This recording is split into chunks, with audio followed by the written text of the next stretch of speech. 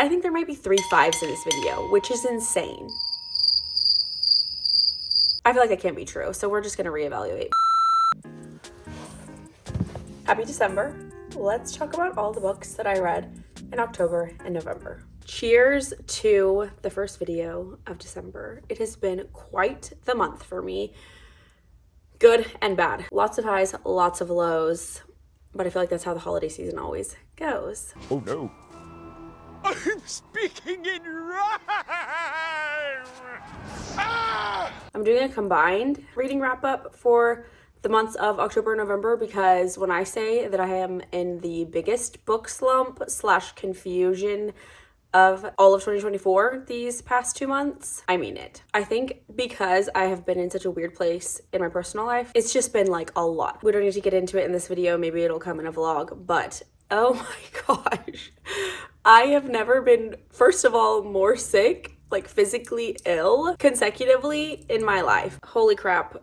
There was like a near-death experience in there. The thief comes to steal, kill, and destroy, and boy was I a target this past month and a half. So many exciting things happened also, like so many fun things in Blood and Business and with Kenneth and with the family. I love the holidays. Does it quite feel like the holidays? Not exactly.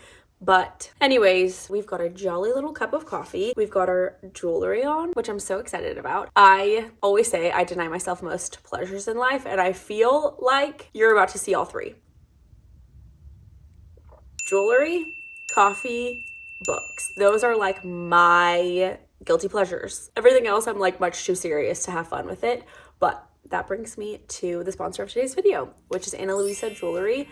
I am so excited to be talking about Luisa and just like partnering with them. They reached out to me and I immediately said yes. If you have been a long time viewer of my channel, and I'm talking over the past decade, you know how much I love jewelry. It was an inherited hobby, trait, love from my grandmother. I'm Colombian and we Latinas love our jewelry. So I've been stacked to the heavens since I can remember. I literally remember going through the cafeteria line as a 3rd grader and looking at my rings and being like, I love these. That is how deep my love of jewelry goes. So I have never tried Luisa Jewelry and they reached out to me and I was like, yes, please. I've heard so much about them from all my favorite YouTubers, from all my favorite influencers in general. I've heard nothing but good things about Luisa. And look how cute this package is. Also, don't mind my nails. I need to go get a knife. I just painted them and then decided I needed to immediately eat chips and salsa, and you can tell. I'll be right back. Grab the first knife that I found, and I'm pretty sure it has a little bit of bread and butter on it, so disregard.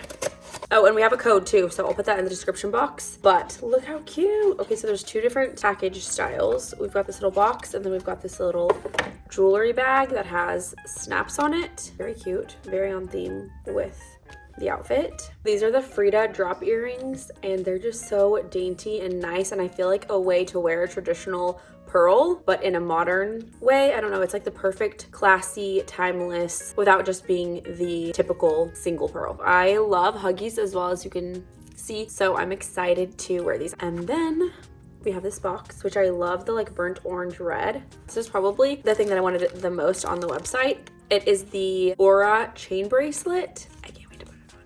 I also love the mixed metal look. Just like adding pieces to the collection that, let's see if I can get this by myself, that I can wear with everything else that I already own. It is kind of a foolproof gift. If you don't know what to get someone, get them jewelry. So far, I'm obsessed. I love the packaging. I love the way that it comes, the way that it feels. I'm telling you, I have searched high and low for jewelry, and they have a great price point for the quality that you're getting. It's exceptional. So I'm excited to wear these and then keep you guys updated with how they are wearing. But I have high hopes because of how many good reviews that Luisa has. So check them out. I will have a link in the description of this video. So like my emotional highs and lows of the past few months, my books have been the same way. I have had some lows, although I will say not the lowest month of 2024, not even a little bit. It was probably the worst reading month I have had in all of 2024. But I've had some really high highs, and I don't know if I was just in a place emotionally where I was looking for an escape, and so I therefore rated books higher than I normally would. But I think there might be 3 5s in this video, which is insane. I feel like that can't be true. So we're just going to reevaluate. But anyways, let's get into it. The first book I want to talk about is the most anticipated book by far. Anything Sally Rooney, I'm there. You guys know how I feel about her. We have a love-hate relationship, me and Sally. However, I think it's starting to lean more love, and it's just like a little bit of a guilty or like, is this morally okay love? You know what I mean? So we're still thinking it through. However, I think it's so good to contemplate her writing. She just does an epic job at describing extreme people, personalities. It's very like psychoanalytic. Okay, I just went on a 10-minute monologue about intermezzo and it wasn't recording because I ran out of storage. Anyways, let's rewind and go back to the beginning. Very psychoanalytical, as are all of Sally Rooney's books. I feel like you could technically say if you've read one Sally Rooney, you've read them all because they are very similar.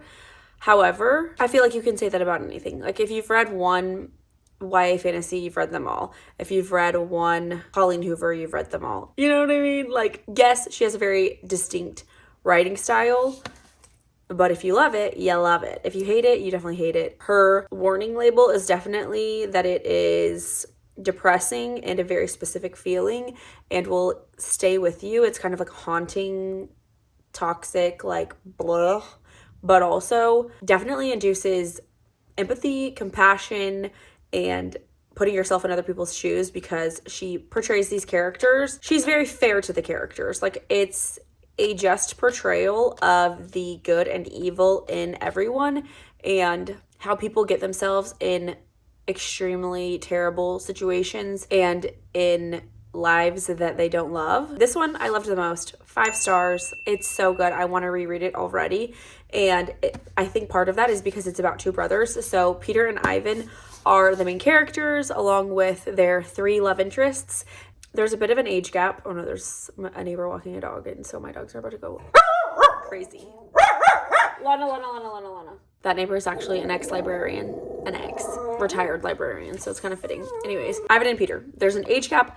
Peter is the oldest, Ivan is the younger brother. Their personalities are very different and they misunderstand each other. Ivan kind of misunderstands everyone. He doesn't understand social cues and social norms. He's really a spectator of sort of his own life, but then this is kind of his journey of understanding that and understanding more about himself and then acting on his new analysis and understanding of the world, himself, his relationship with other people, the way that he operates, why he operates this way. Ivan is just now, I think, like 21 or 22, recently graduated college, trying to figure out the real world as an adult for the first time. But then you throw into the mix his dad passing away, and his dad and him were very close, and his mom is kind of like not in the picture.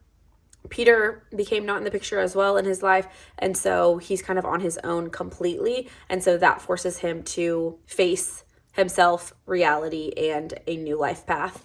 And then Peter is, I think, like almost 10 years older than Ivan. It's like a pretty big age gap, but he is very outgoing and strives to be the popular one. Ivan is a chess player and like very in his head.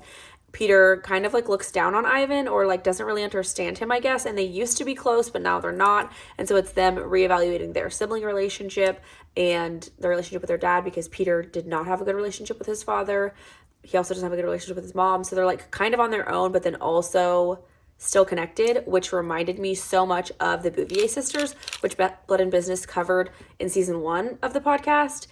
They also had this, like, I don't know, maybe it's something about having 2, like there being 2 siblings, but there's like a very specific dynamic, I feel like, because like with me and my sisters, there's 3 of us. Well, now there's 6 of us, but the original 3, there's like always someone being left out, yet like we all kind of like we're closer to each other in different seasons. But when there's 2, it's like you either have a sibling or you don't at the moment. You know what I mean? Like it is very kind of like make or break. And with 3, I feel like you can always be like venting to someone and targeting someone, and you know what I mean? Fighting with someone, being on good terms with someone. I think I love Sally Rooney's writing so much because she does portray it in such a like numb, neutral, unemotional way, yet it's very emotional and heavy. It's hard to sleep at night. You're like thinking about all these issues that are coming up in these people's lives, and you understand how the characters got to where they were in these like holes that they have dug themselves, but it makes sense. 5 stars.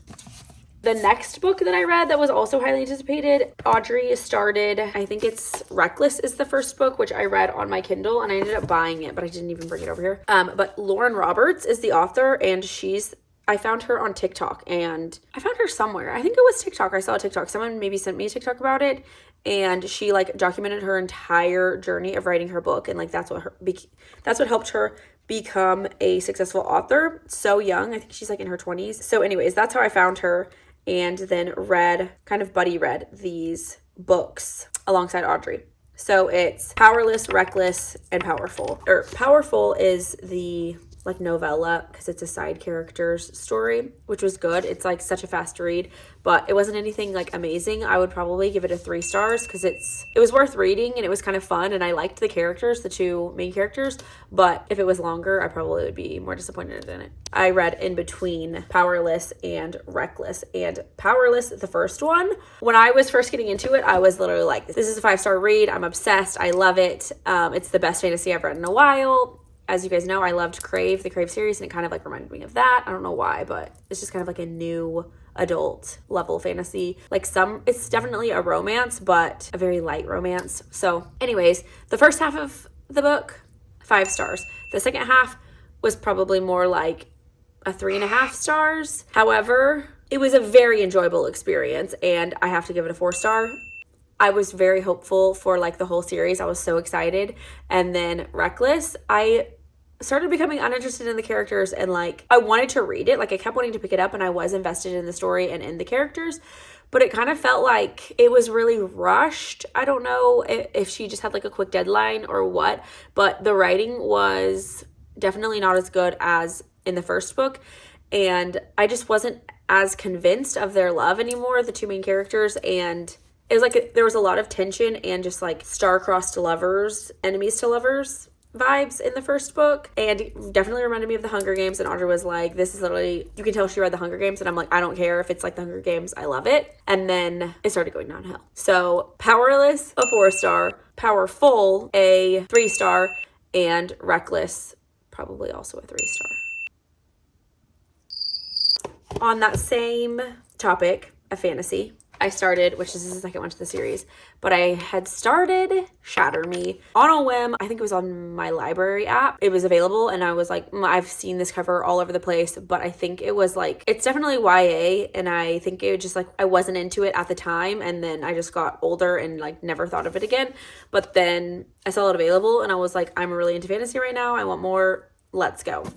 This isn't even fantasy. This is like a dystopian post-apocalyptic story, but they have powers, and so it's still in the fantasy vein, fantasy genre. Would you call this a dystopian or fantasy? Or so Shatter Me, the beginning of it, like the first half of the book, again, obsessed, was gonna be 5 stars, couldn't get enough of it, had never read a story like it. I was like, I totally get why this is so popular. I went into it knowing nothing about it. I thought it was gonna be like kind of emotional. I don't know. Anyways, the first part, she's in prison, and it's like this post-apocalyptic world, and she is kind of in this like prison/mental institution, but also feels a bit like end of the world games because I'm going to spoil like a little bit of a scene. So if you don't want to know anything about the book, skip.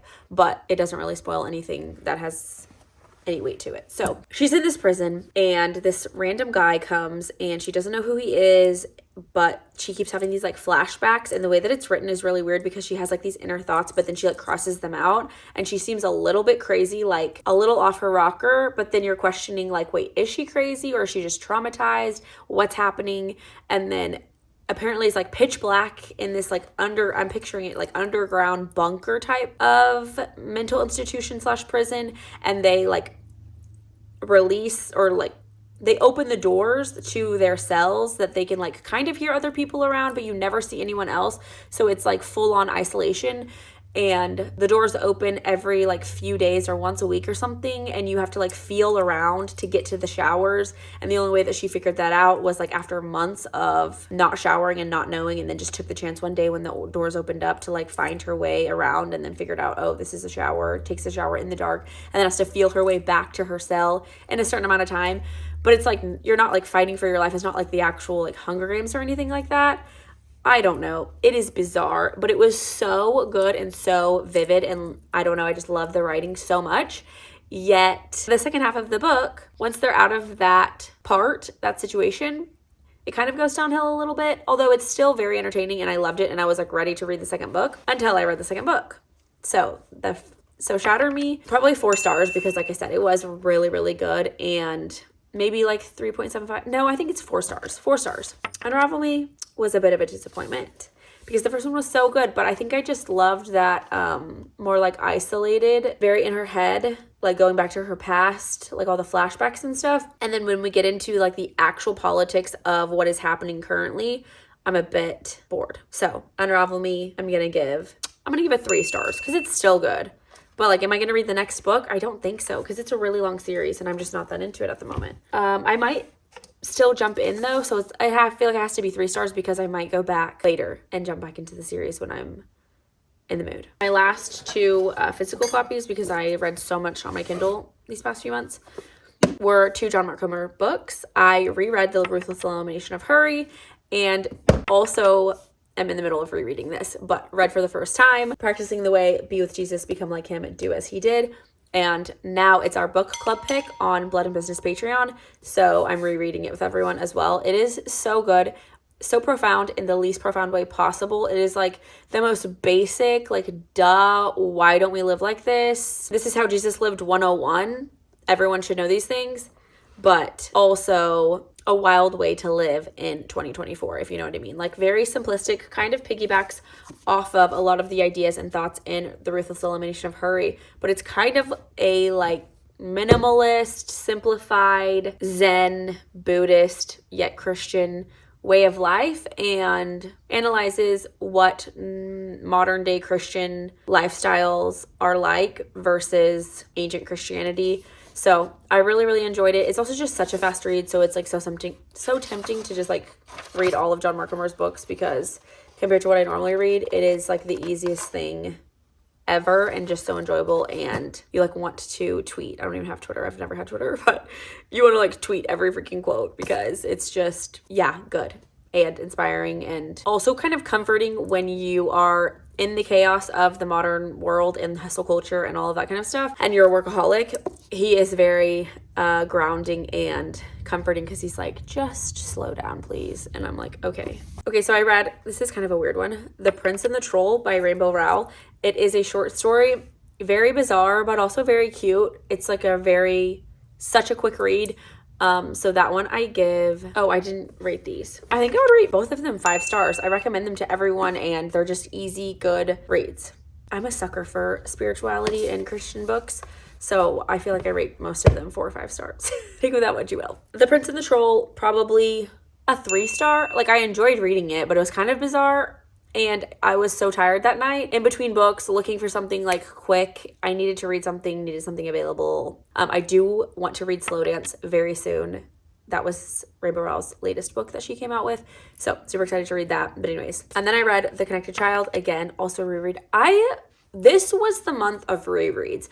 I never reread anything, like ever. And you can tell the state that I am in by the fact that I just can't decide on a new book. I'm surprised I decided on all of these but literally Practicing the Way, Ruthless Elimination of Hurry.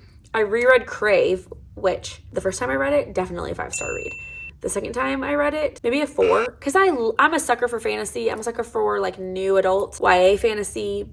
Throw in a boarding school, dark act vibes, a love triangle. I'm sold. So probably a 4 star still the second time. But the first time, could not have read it faster. Loved it. Loved the entire series. But the second time through is definitely like not as good. But it's still like a comforting, because it's so YA new adult fantasy that it's just fun to and comforting to read. That's 3 rereads. And then reread The Connected Child, which 5 out of 5 stars. If you're a parent, if you are an older sibling with an age gap, it's for parents of adopted children or adopted or fostered children. But I think it's a fascinating way to understand people, because you're always going to be interacting with someone who has trauma, who comes from a hard place, who had a hard upbringing, and just like fiction, particularly literary fiction, like I was talking about with Sally Rooney's book, The Connected Child and The Connected Parent just help you have compassion for maybe even your own parents or your future children, for your spouse, your sibling, your coworkers, literally anyone that you come in contact with that has had a rough upbringing, childhood, and has trauma because of it and has certain tendencies because of it. So, anyways, highly, highly, highly recommend that if you're a teacher, like I said, a parent, a caretaker of any kind, or you just want to understand why your coworker is the way that they are, you know what I mean? So it just helps with compassion. And if you also just love psychology and sociology, family sciences, all that kind of stuff, you will benefit and like that book. I think that that's everything, which blows my mind. Bible wise, I read a lot, which my Bible is in my bag over there, but I read, I feel like half of the New Testament in the last 2-3 months, and also started Psalms. So that took also kind of like a lot of my reading time. And then, yeah, it's just been a whirlwind of a couple months. So anyways, I have not been reading nearly as much as I normally do, but I feel like that was a pretty good lineup.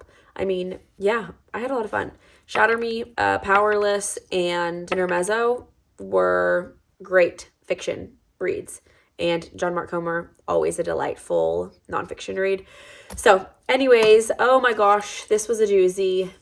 I need to drink water and put down my coffee, but I love you guys so much. Thank you for watching today's video. Give it a thumbs up if you enjoyed it, and don't forget to check out Luisa Jewelry. I also know that they have a lot of holiday sales happening currently, so if you do need a last minute gift or an affordable gift, or you want to gift yourself, then check them out. I will have the link in the description box, and thanks again, Luisa, for sponsoring today's video.